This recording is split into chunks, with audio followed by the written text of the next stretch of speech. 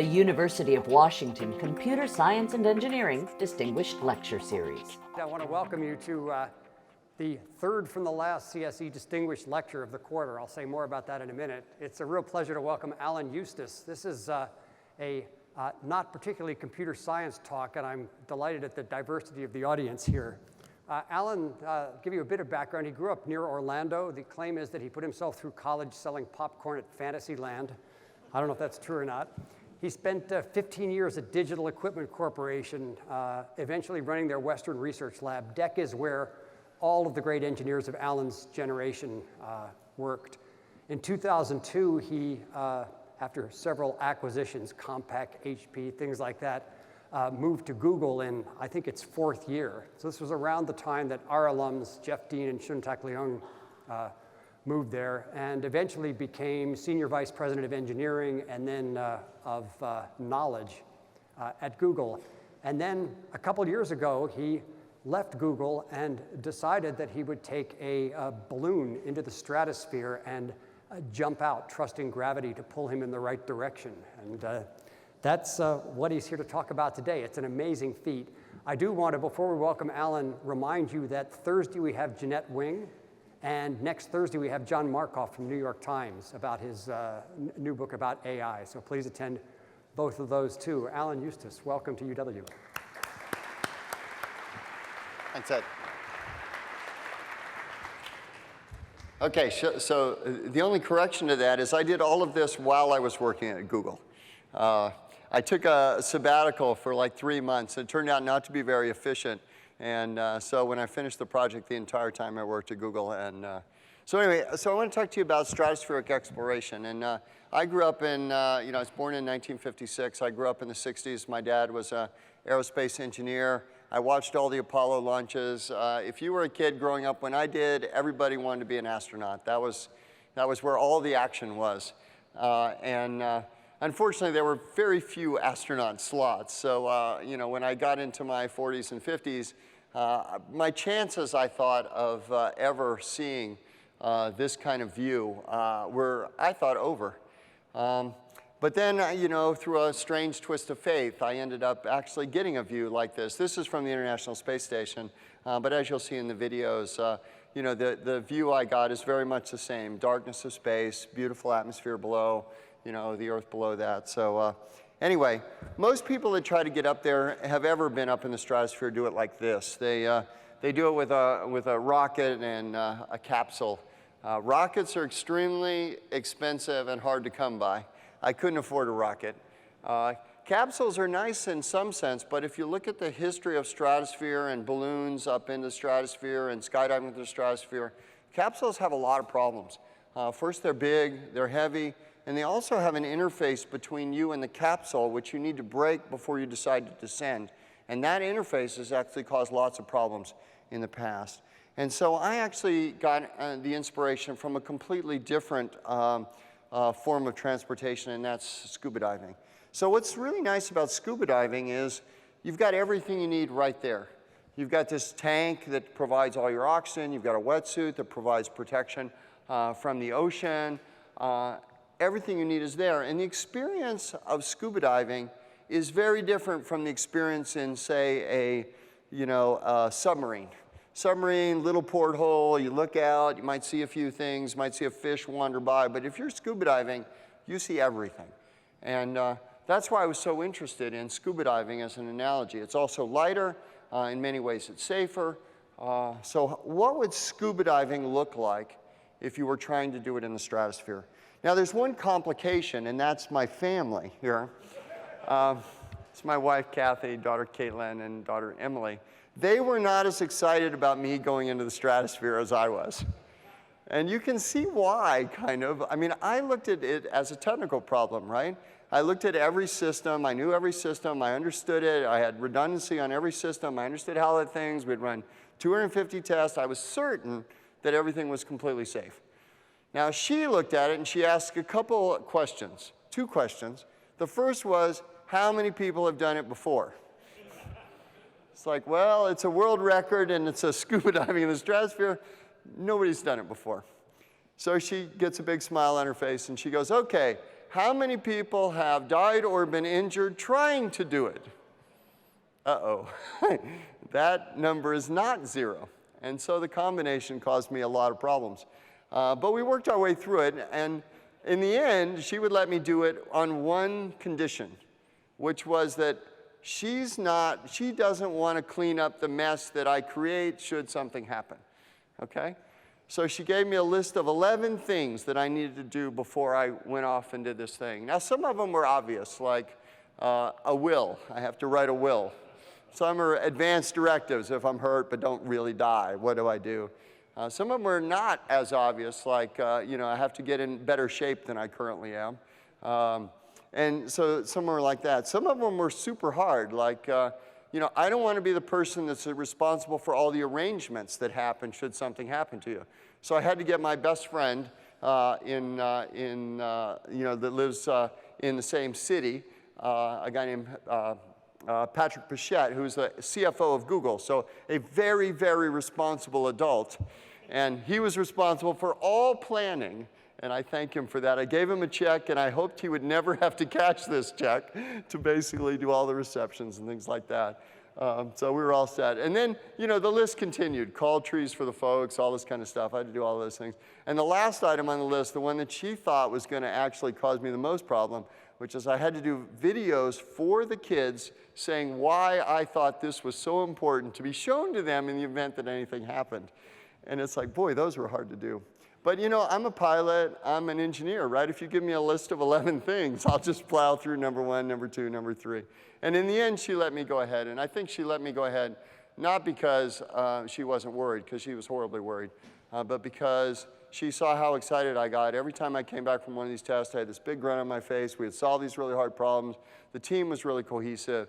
And I don't think she could put herself in a position to say no to something that was making me so happy. So thank her for the fact that we got through this. Okay, so here's what scuba diving for the stratosphere looks like. So I'll just take you on a quick tour. So the entire system, my general contractor was a company called Paragon Space Development Corporation. It's run by this guy, Tabor McCallum. And Tabor's an amazing guy. He was the first person I called to ask whether this is possible. I'd spent a year with paper and pencil trying to understand, you know, the basic technology. And when I thought I could answer most of the questions, I called Tabor. And Tabor, it turns out, runs a company that makes toxic environment suits and environmental systems for spacecraft. He's also a member of the Explorer Club, and he and his wife Jane met and formed this company inside of Biosphere 2, which is 2 years completely isolated from the rest of the world. So I found the one person who actually loved this idea from the start. And so they were the general contractor. ILC Dover made the suit. This is the first suit that they ever sold to a non-governmental agency. I would have loved to have been in the boardroom where they made that decision to find out why they said yes to me. But they made this. They made all the Apollo suits and all the EVA suits. Then the parachute assembly right here was made by a company called United Parachute Technology. If anybody's ever done how many people have done a tandem skydive at some point in their life? Okay. Chances are you used a Sigma system. We thought we could use a standard Sigma tandem, and that was what I told them when I called Mark Prokos to get permission to do it to start with. Turned out this system was redesigned 11 times, and it was on the 11th iteration that we actually ended up with this configuration. And mostly it's the same as most of the tandem systems, except the reserve parachutes in the bottom and the main parachutes in the top. And then here's the whole environmental system. And it's not that complicated. It's mostly off-the-shelf components. But the key things it has to have, it's got to have oxygen. So it had 2 oxygen tanks, very similar to scuba diving tanks, just made out of slightly different materials. About the same pressure, about 3,000 PSI in both of them. And then it also has to have communication. It has to have telemetry, both up and down telemetry, because they can send commands from the ground, or they can actually monitor a few things in the air. And then these are the pulling handles right here. You'll see later on, see this first handle right here? This is the handle that I need to basically pull to be able to release the main parachute, okay? The handle right above it, neither of which I can see, by the way, this one releases the main parachute, and I go back into free fall. So if I got it the wrong order, if I hit this one first, bad things happen. So that's the basic system.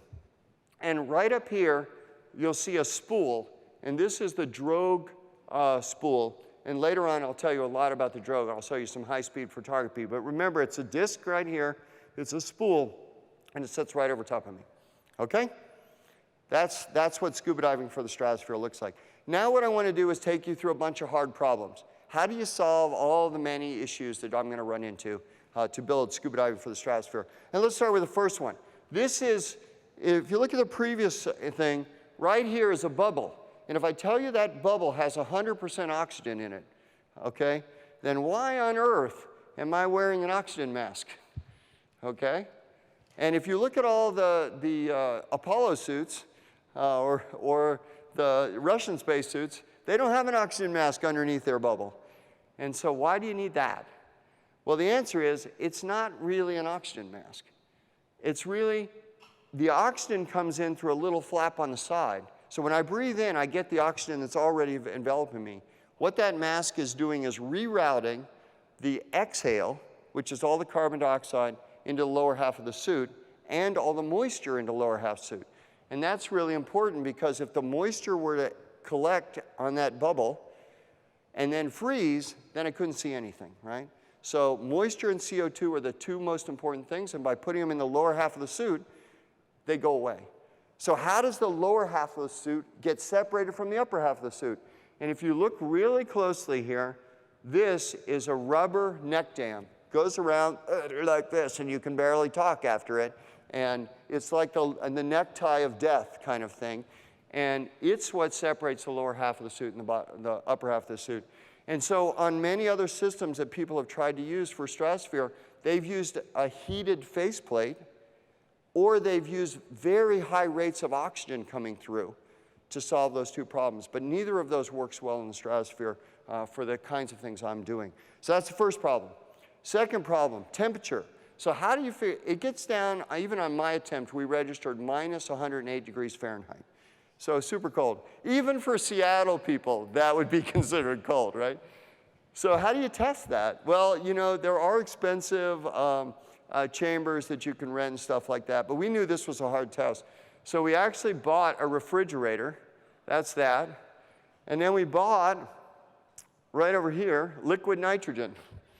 Now a combination of your own refrigerator and liquid nitrogen and a big like dial means you can actually control the temperature inside that. And based on turning that dial, you can create this kind of environment.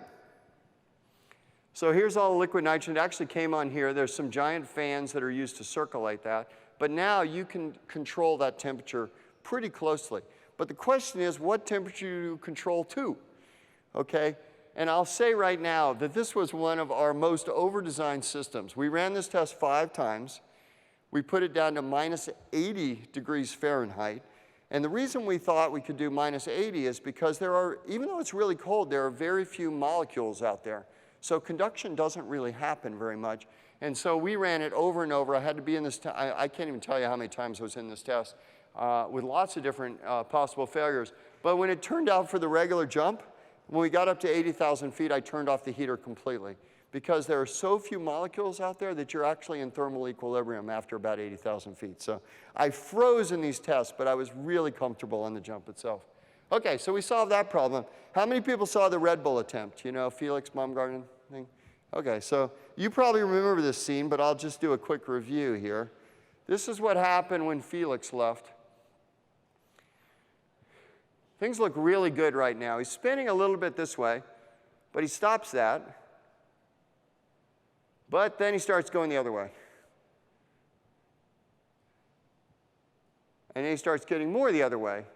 And now he's upside down. You can't really tell it, but if you're a skydiver, you probably figured out that he's upside down. And then miraculously at the end, he actually manages to right himself and skydive down. And so through incredible skydiving ability, Felix Baumgarten actually solved a spin that was potentially really bad. And if you look at the words that he actually spent, he said he thinks he might have been unconscious during part of this, okay? Now, because our emphasis was technology over ability, you know, we wanted to make sure that you could get me down even if I was unconscious. So if I was unconscious, this system has to be guaranteed to deliver me from all the way up there to all the way at the ground without any problems, okay? So we're not counting on me being a great skydiver. We're counting on a technology saving me. And I think that's an important distinction when you're building a system like this. It doesn't matter how good or bad a skydiver I am. I have to be able to fix this problem. So we thought, we'll use a Drogue parachute. Okay, now Felix didn't want to use a Drogue parachute because he thought it would slow him down so he wouldn't break the speed of sound. But Drogue parachutes, even dating back to Joe Kittinger when he set the record in 1960, they have some really good properties. They slow you down. We thought they'd stop the spin. If we have a Drogue parachute, we don't have to worry about spins. So that was our thought until we ran this experiment. So we took a dummy, not this dummy, a different dummy, a lifeless dummy, and we took it up to 90,000 feet. And we dropped it, and we have all these GoPros. And if you look really closely right here, this is the most important thing, RPM. So here's what happened when we use a Drogue that we thought would solve all of our spin problems. So far it looks good, right? I mean, we're not spinning really that much. You know, we look here, basically even. We right it ourselves so that we're at least headed, you know, our face to earth. And now things are starting to still look okay, but then they look pretty bad.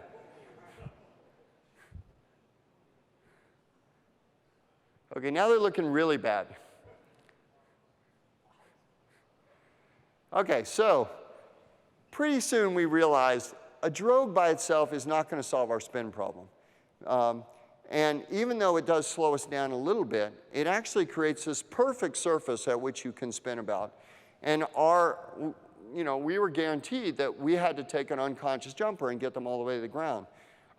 Now, 175 RPM sounds bad, and by the way, it is. You'll definitely die at 175 RPM. But what made it worse was the modeling says that if we were to go up from 90,000 feet up to 135,000 feet, that when you do the math, the spin rate's going to be 400 RPM, okay? Now, that's really bad. 400, I think body parts start flying off at 400 RPM. So anyway, we spent an enormous amount of time looking at the literature, understanding what previous systems had done and why, and we came up with what we think was an amazing spin-resistant system. The key, really, is to move the attachment point from here up to here. So by moving the attachment point of that Drogue from down here, I'll move over here, down here to up here, you got an amazing decrease in spins. And when we tested from 120,000 feet, we learned that we could go from 400 RPM down to 22 RPM just by moving that attachment point. So it was a big improvement in the safety of the system. And so at that point, we could start doing airplane jumps. And we did 5 airplane jumps. The first one didn't turn out very well. We actually had a lot of problems with the first one. It took us an entire year to fix the problems we had on that first one. And then we did 4 more airplane jumps. And I'm just going to show you the last one. Now, this is me leaving an aircraft. And one of the kind of funny things is, if you're wearing 405 pounds, you plus the equipment's 405 pounds, how do you get out of an airplane? It's not like, on commercial airlines where you can just slide down a slide or something. So this is the Drogue parachute here, and that's me. And watch for the interesting use of rollerblades.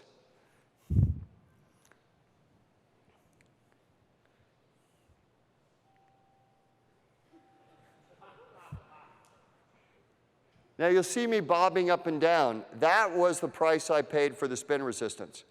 And in this one, I'm turning to the left, and then I want to do a 360 to the left, and then I want to do a 360 degree to the right.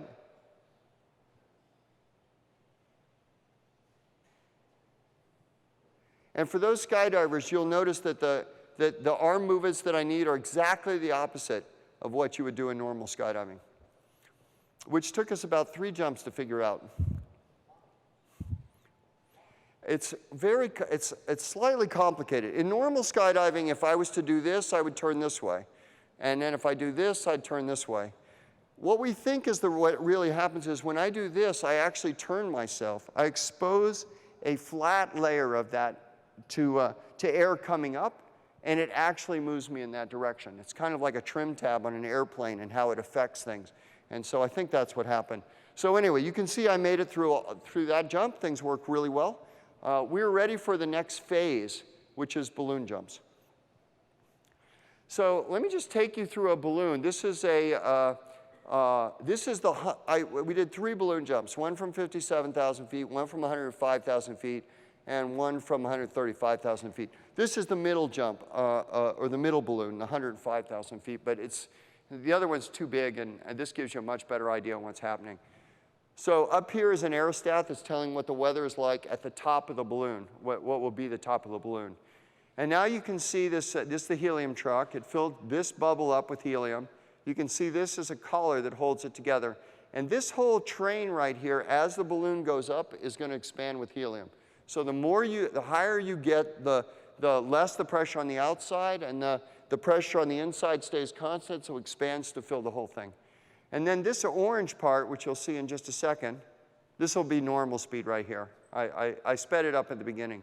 So this is called a spool. And normally with large balloons, you use this dynamic technique where you release the balloon and a giant vehicle runs underneath it, and the moment they look up and see it, that you're underneath it, they drop it. But this system was based on getting this static system, and it has lots of advantages. And you'll see right now, you'll see the spool go up. This orange thing's just a cover. This is the balloon equipment module. So all the balloon commands, like for instance, cutting me loose, are done in that little piece of electronics right there. And these two things right here are load straps. And on the load straps, there's load cells. And they'll actually tell exactly how much lift this balloon has, which is really important. So then the spool comes off, backs away, and now we have a very perfectly aligned balloon that we can look at from all directions and tell, is this thing, are there any rips? Are there any tails? Is it lifting? Everything we can find out about the balloon. And the only thing it's missing is me. Now, what's really interesting about balloons is they're very dangerous when you're attached to them because a sudden wind gust comes up and things like that. But if you're not attached to them, it's no big deal. So the idea is, I'm the last thing that gets added to this package. And this thing right here, they called the launch sedan. And they would drag me over underneath this balloon in this launch sedan. And then the whole thing, from the time that they hooked me up to the time that I lift off, is probably 30 seconds. So my danger time is really, really short. And that's a really important part of the way this system was designed. And you'll see what happens after this in just a second. So anyway, so that's how we launched these balloons. Now, the next question is, where are you going to land? So we're taking off in Roswell, New Mexico right here. And Roswell, it's a decent place to launch balloons. They have long periods of calm weather. But that's not why we or Red Bull picked it. The reason you picked it is because everything to the east of Roswell is landable terrain. There's no place you can't land a parachute. There's one tiny little section right here that has a 200-foot cliff. But that means there's almost no trees, there's almost no lakes, there's almost no houses, there's no cities, there's no nothing. There's oil derricks occasionally in this section, which is why it's such an amazing place. And you'll see right here, I'm going to go drift slightly to the south, and then this is about 90,000 feet, so most of the way up. And then I hit this thing called a stratospheric wind, which I didn't even know existed before this project. Did you know that in the stratosphere there's up to 150 mile-an-hour winds, and they're consistently blowing in one direction, and then 4 times a year they switch exactly and they go the other direction. So, and in this particular case that. Now what's interesting about the speed at which I'm going here at 110 miles an hour, it's almost the same speed that the helicopters can actually chase me. But this is a prediction of where we're going to go, and it turns out this prediction is so accurate that I actually landed within 1 mile of where we predicted that we'd be. So anyway, so now I know where I'm going to land, or at least where I think I'm going to land, and I know that every piece of terrain we flew in a helicopter the day before, and I know which are the good areas and which are the bad areas across that whole thing. And so does ground control. So if they have an idea that maybe they want to delay me for a minute and a half or something so I can be over a terrain which is a little more hospitable, they can. Okay, so now let's go to the actual jump. So this is the last jump. It's out of Roswell. The way it works is the team starts waking up at 10 p.m. They let me sleep in until probably 12:30, and then I'm at Roswell at 1. And the first thing I do is start pre-breathing oxygen. And the reason I have to pre-breathe is the same reason that divers have to pre-breathe oxygen, is you want to get the nitrogen out of your system. Because decompression sickness is exactly the same with diving as it is with stratospheric attempts, except it's the opposite.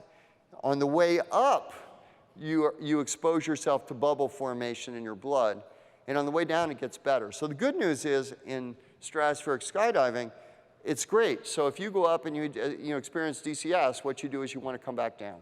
Whereas diving, if you experience it, they have to put you back to the altitude, to the depth in the water where you were free of DCS symptoms. So anyway, so I start pre-breathing oxygen, and one really cool thing about normally you don't, these systems, you pre-breathe oxygen, but you don't actually know how effective it is.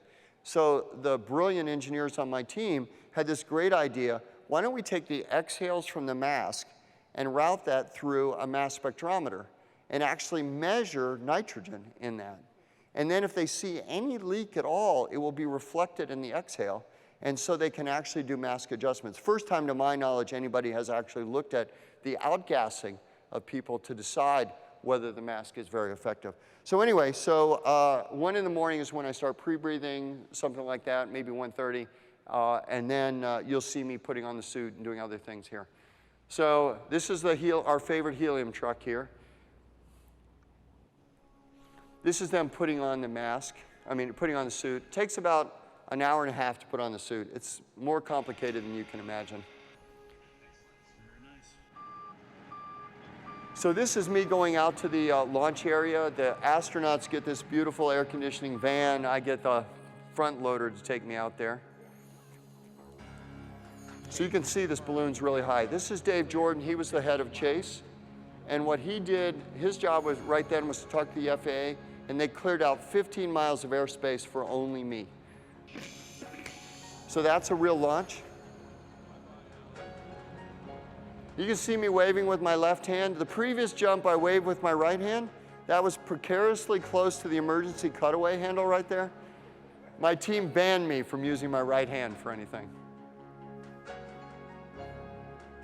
So what was really nice about this is this ride, 2 hours and 7 minutes. It was the most relaxing ride you can possibly imagine. We had already done 2 balloon jumps. We kind of knew what was going on. I was mostly just relaxing because relaxing uses less oxygen.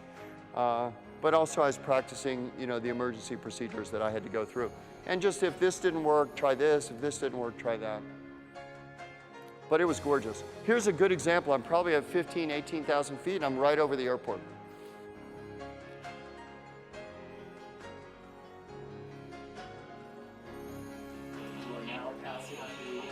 This was the call that I just passed 131,000 feet. So I passed the Red Bull record at that point.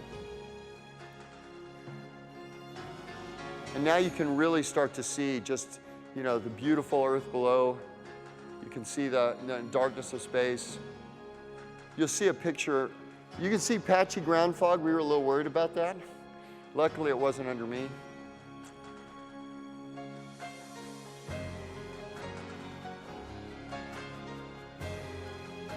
This is my favorite picture, and you can really see, what it looked like up there. You can see my leg move. Most of the communication was actually using leg movement. We had a low-res downward-facing camera, so a leg move was acknowledgement. And for 98% of all the communication, it was just me moving a leg.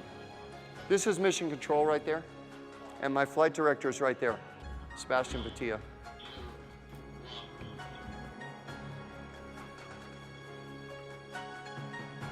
So we'll come back to the release. Now watch real closely here. You'll see the balloon go by. I ended up doing a backflip, actually 2 backflips. Watch also, you'll see something here is the drogue chute below me. Normally that would be a problem, but we'll show you why. And there's the balloon going by again. So when you release, you're in essentially 0G because you're falling at exactly the speed of gravity. At 31 seconds, which is right about here, that's when I break the speed of sound. There's no indication at all that you've broken the speed of sound. At 51 seconds is as fast as I'll get, which is 822 miles an hour. And during this time, there's no noise. It's silent. which is a strange thing to have silence at those speeds. When you start hearing the wind, it means you're slowing down. It's a deceleration thing. So now 4 minutes and 27 seconds has gone by and I'm just about to open. So one of the cool things we did in this was, once I was open, we had another airplane turn, come over top, and we dropped my parachute guy, Blickies, and he actually opened up next to me. So he was my wingman on the way down, helping me with things like power line identification, stuff like that. So here I am coming in. This is the landing, or as it's more properly termed, the crash. Ah! Now that wasn't my worst landing. It was actually kind of mid-range. I'll show you my worst landing in a second, just for you guys.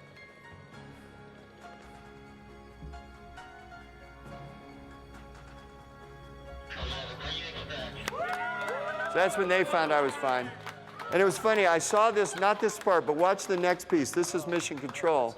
And you'll see them get all excited. I later found out this wasn't for me at all. This was the balloon coming down, which I'll also show you in a second. My family was not with me. I can talk about that later. Okay, so we're past that. Okay, so I want to go back to the one time in the thing that you probably want to see again, which is the drop. And here's what was interesting about the drop is it's really, this Drogue parachute is really nice in the sense that it's going to slow me down, it's going to help me give me stability. But if you put that Drogue shed out too early, it can wrap around you, okay? If you put it out too late, you're going too fast and it just explodes, okay? And the problem is in the case of Joe Kittinger, he had a timer that was set. But the problem with the timer is that delta actually changes the higher up you go, okay? So that doesn't work. So how do you get a Drogue parachute out as soon as possible, but make it so it can't ever tangle with you, okay? Which is a super hard problem. And then the engineers came up with this ingenious thing. They've got a spool, and the spool has carbon fiber around it, and the carbon fiber wants to be in a C-shaped tube. But you stretch it out so that it's in the spool, and then you sew the Drogue bridle to that thing and wrap it around, and in the middle you have a Drogue parachute. And then here's the cool thing. As I fall away and the bridle starts to pull this spool out, it forms a C-shaped tube that's like 10 feet long, and then the bridle is another like 6 feet long, which makes it impossible for that Drogue parachute to come back and tangle with me. The second really cool thing about it is, as soon as that Drogue gets effective at all, it is going to pull on the end of a 10-foot lever to right me. So in theory, I had less than 0.1 G for 29 seconds after release. But if you look closely in the video, I was actually stable and face to earth 17 seconds after release. And that's how effective that system was. So now I'm going to play this in slow motion, and you'll get to see that extraction happening. Remember, right underneath this thing is where that spool is, and you'll see it in just a second.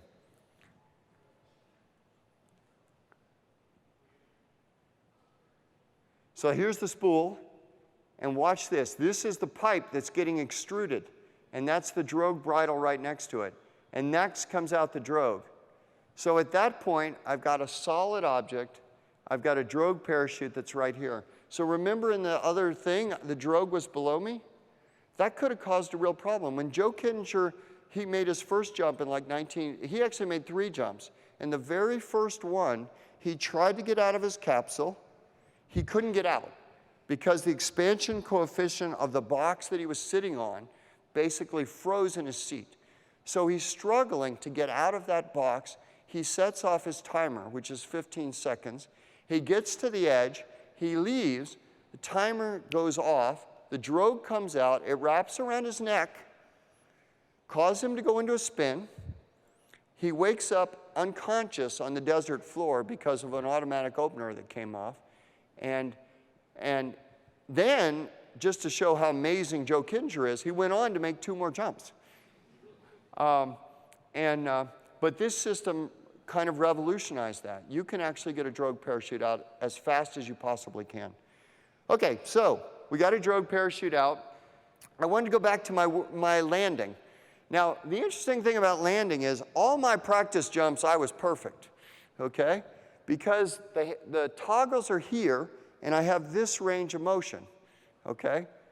But in truth, in a spacesuit, I have this range of motion. And the very first jump, we did not realize that it was going to be so dramatic. And so after this jump, we took 7 inches out of the toggle travel so that we could make up for the range of motion. But this is my landing right here. Now, if those of you that know parachutes will realize that this is the front of the parachute, and I'm facing the other direction. But this looks bad, but I actually think it looks worse on the video. So just for you guys, I'll show you the video. This was a mistake, too. I landed right next to the videographer that was taking it. So he got absolutely a perfect shot of me coming in. Things are looking really good right now. And you'll see me pull down, and you'll see it having very little effect on the canopy at all. You see my hands on the toggles right there. Whoa! Yeah, I'm in pain just watching it. But the funny thing about this is that this suit is as bomb-proof as you could possibly imagine. That helmet is, you could hit it with a baseball bat all day and not do any damage. The front system that we have is all made out of aluminum. The suit itself is like incredibly durable. And the parachute itself has a lot of padding on it. And there's an aluminum plate on the back. So I never got a single scratch out of any of these landings. I mean, it was amazing how strong the suit is. Matter of fact, the longest that we took to turn around a suit from a landing or a crash to ready for the next jump was 3 hours. So not only didn't I do any damage to me, I never did any damage to equipment either. Okay, so next, the question is, what happened to the balloon? Okay, so the balloon's up there, and if you do nothing else, it will float around the stratosphere and slowly make its way down. But the FAA actually has problems with football stadium-sized parachutes wandering around the national airspace. So they require you to have 2 ways to bring the balloon down. One is usually a giant vent that you open. But if you look at it, this balloon is 11.6 million cubic feet, and the vent is about this big. And the delta P inside to outside the balloon is pretty much 0. So you can open that vent all day and nothing's going to happen. The second way is to take a line, and when you drop a payload, and it pulls a gore and cuts the balloon in half. Now, I didn't want that line connected to me. I didn't want any lines connected to me, honestly, because that's the whole point of having an instant release from the ground. So we ended up dropping 26 pounds, which didn't do a very good job of cutting it. But what we ended up doing is having this thing called det cord. So det cord is an explosive cord, and if you tape it to the top of the balloon and you light it off, then you'll cut a giant hole in the top of the balloon. So that's how we got it down. So this is the balloon's landing, and you can compare it to my landing if you want.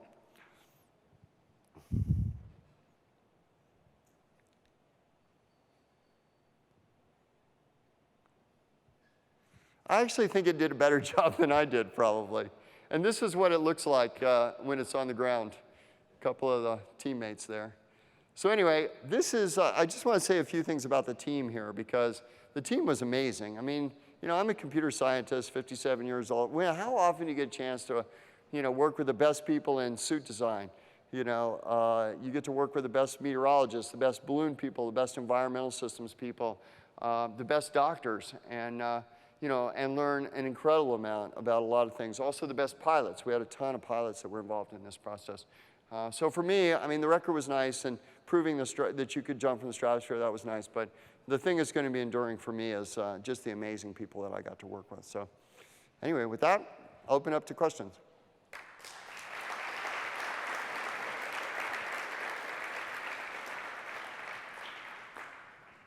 So you can tell us where your family was. Oh, family. So, yeah, it was kind of a question. Kathy and I went back and forth about what to do about the family, And so there's a couple issues with family that are hard. first, Roswell, New Mexico is not like the garden spot of the world. Although I've had some people come up to me after my talks and says, oh, you slided Roswell, I grew up there. But it's not the best place to spend a lot of time.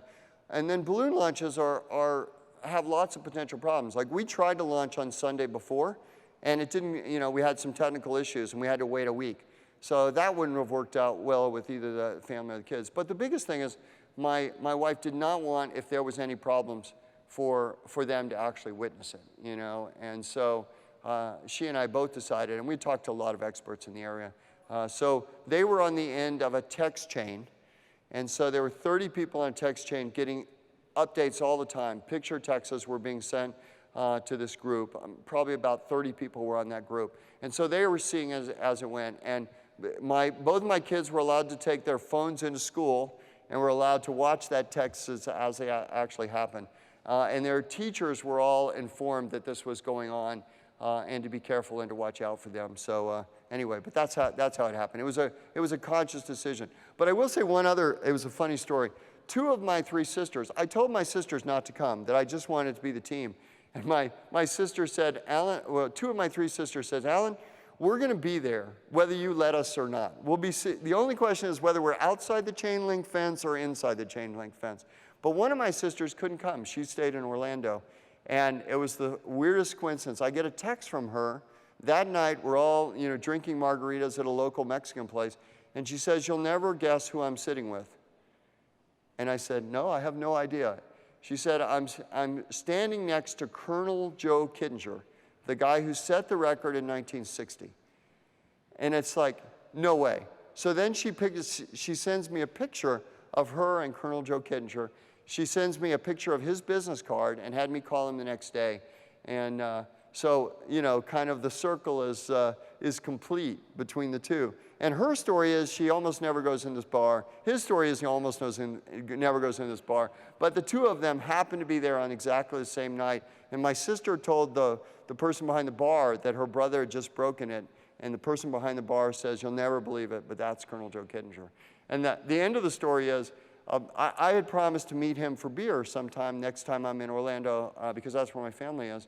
But what ended up happening is my mom sends me a note, an email, and she says, do you mind if I invite Joe of Colonel Joe Kittinger over for Christmas? And I said, you can invite him, but what are the chances that he's going to come? And so I went there for Christmas, and sure enough, Joe Kittinger was right there. And he and I have been fast friends ever since. Actually, Art Thompson, the chief engineer of Red Bull, he and I are also very close. I actually spent the last 4 days with both of them. So really nice. What happens after 135,000 feet? So, so the balloon itself, Red Bull, basically, we thought we'd beat Red Bull to beating the record, and they ended up beating us. But what was nice about that is we knew, and we were surprised they went so high.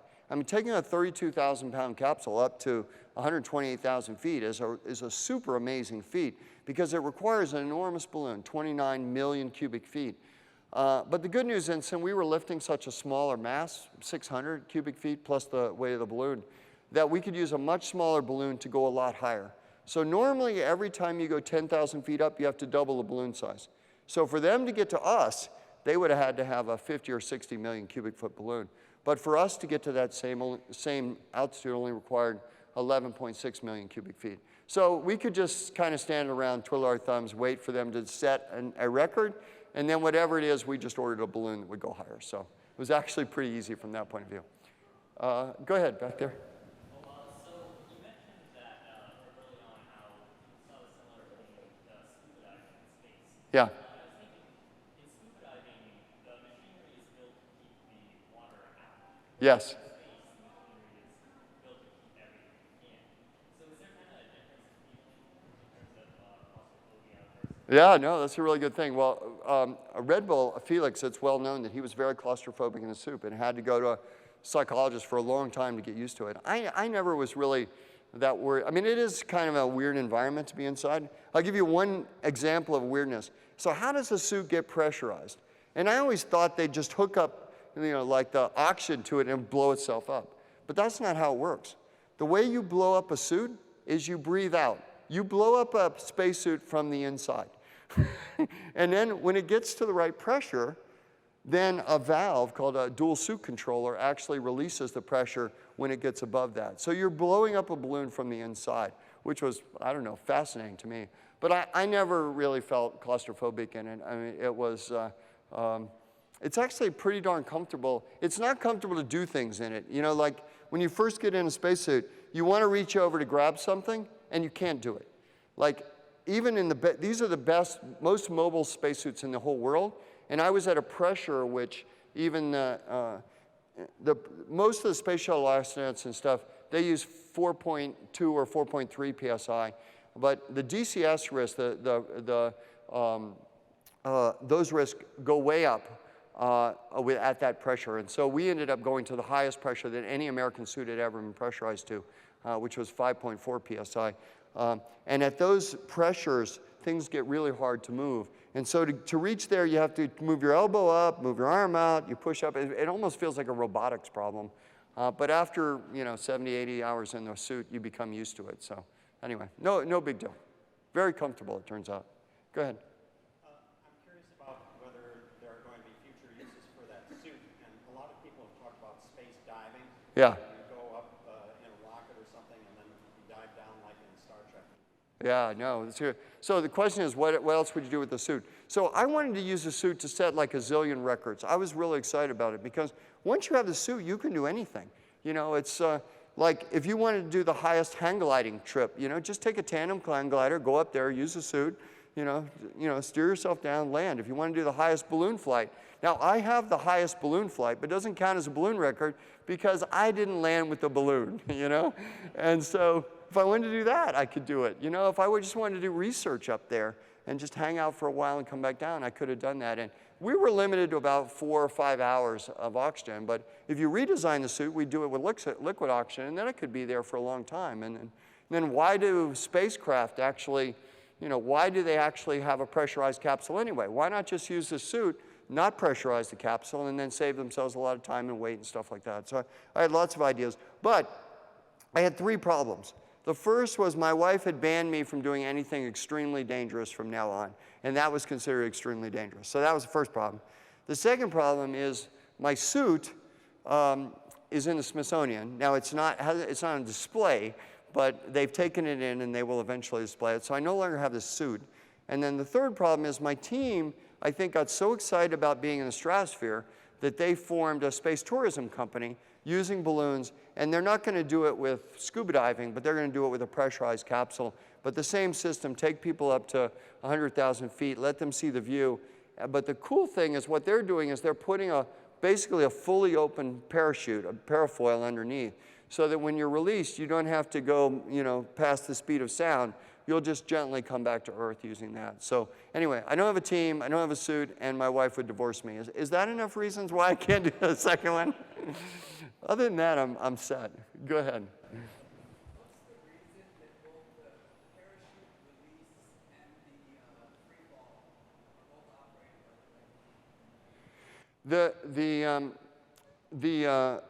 the So the question is, why is everything on the right hand? And it's not really on the right hand. Being able to release from the balloon is super important. If you don't release, you're in deep trouble, right? You have no other way to get down, even if they were to, you can't even get down fast enough, honestly. So that's got triple redundancy. And so there's 3 ways. The first one is there's a balloon equipment module has a release, and it's kind of hard because there's 3 connection points to me. So how do you do a simultaneous release of 3 connection points? And there was a beautifully designed system that allowed you to do that. So that's the first one. The second one is a manual release, and then there's a third release that uses a completely independent system, including the radio is completely independent, that will actually release you independent of the other 2 systems. So 3 independent systems to do that. The right hand could have been on the right hand or the left hand. It didn't really matter there. The way skydiving, this suit was mimicking the tandem suits that you use for tandem skydiving. And it turns out there's a main release on both sides. So you actually have the lower right and the lower left will both do the same thing. They'll do the Drogue release and the main will come out. I always use the right one because I'm kind of used to it. The left one might have been better but normal skydiving always has the main release is always right here. So that's why I tend to use it. If I'd used the right one, it would have been better in the sense that if I got the wrong handle, I would have pulled the reserve instead of pulling the main, but you know, that's not the end of the world, right? I've got a parachute. I just might not have two, but anyway, there was an option for me to use the left hand, either for both main release or for drogue release if I needed to. Go ahead. So what causes the spin? Well, you know, the spins are caused by an increase in dynamic pressure. So the way it works in free fall is how fast you go is based on gravity, but it's also based on the resistance of the atmosphere. And so if you ever heard of rockets, there's this max Q, where when you're launched, you have no velocity and the atmosphere is really thick. And up high, you have a lot of velocity, but there's no atmosphere. And so both of those points are essentially zero. But there's a point in the middle where the speed is increasing and the pressure is increasing, and then it goes down. Same thing on the way down. You start out with no dynamic pressure, and then it spikes really, really quickly. And that's where the max spin always happens. And then as you ride down, as you get slower and slower, then the spins decrease. And the reason you spin is because of an asymmetry around the balance point. So the drogue attachment is here. And if you get even the slightest amount of asymmetry there, it's going to start a spin. And at that point, there's no way to stop it, right? Because it will just, if there's any force, it will continue to accelerate in whatever direction that you're going and keep going. The really cool thing about this system is by moving the drogue attachment up in the center of mass, what you get is bobbing, which basically breaks up the symmetry around that center point and keeps you from spinning. And I mean, it's miraculous, and you know, to be able to essentially eliminate a spin just by changing the center of lift, which is where the drogue is, from the center of mass. I mean, it's a fabulous thing. Although, you know, rocking up and down is a little disorienting, I must say. So.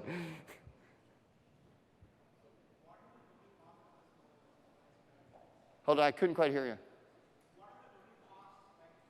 Oh, how much did it cost? I'm not saying how much it cost. It cost more than I thought. My wife knows how much it cost, and she reminds me of it all the time. I'm not even going to say a ballpark. It was more than it should have cost. Let's put it that way. So let me suggest we thank Alan. There's a reception in the back, and I want to again remind you, Jeanette Wing from Microsoft Research will be Thursday in EE 105, and John Markoff from the New York Times will speak about his new book on AI and robotics here next Thursday. And interestingly, John was the press person who Alan invited to cover his jump, and John was actually supposed to be here in Seattle that day and called us a day before to cancel out and said he couldn't tell us why, but we would understand and forgive him, and indeed we did. Alan, yeah, thank and you. I'd also like to thank Ed, and I talked to a bunch of professors today. I had a fabulous time learning about the research that's going on. I've always loved UW, and you guys are doing great things, so thanks for inviting me up. Thanks, Alan.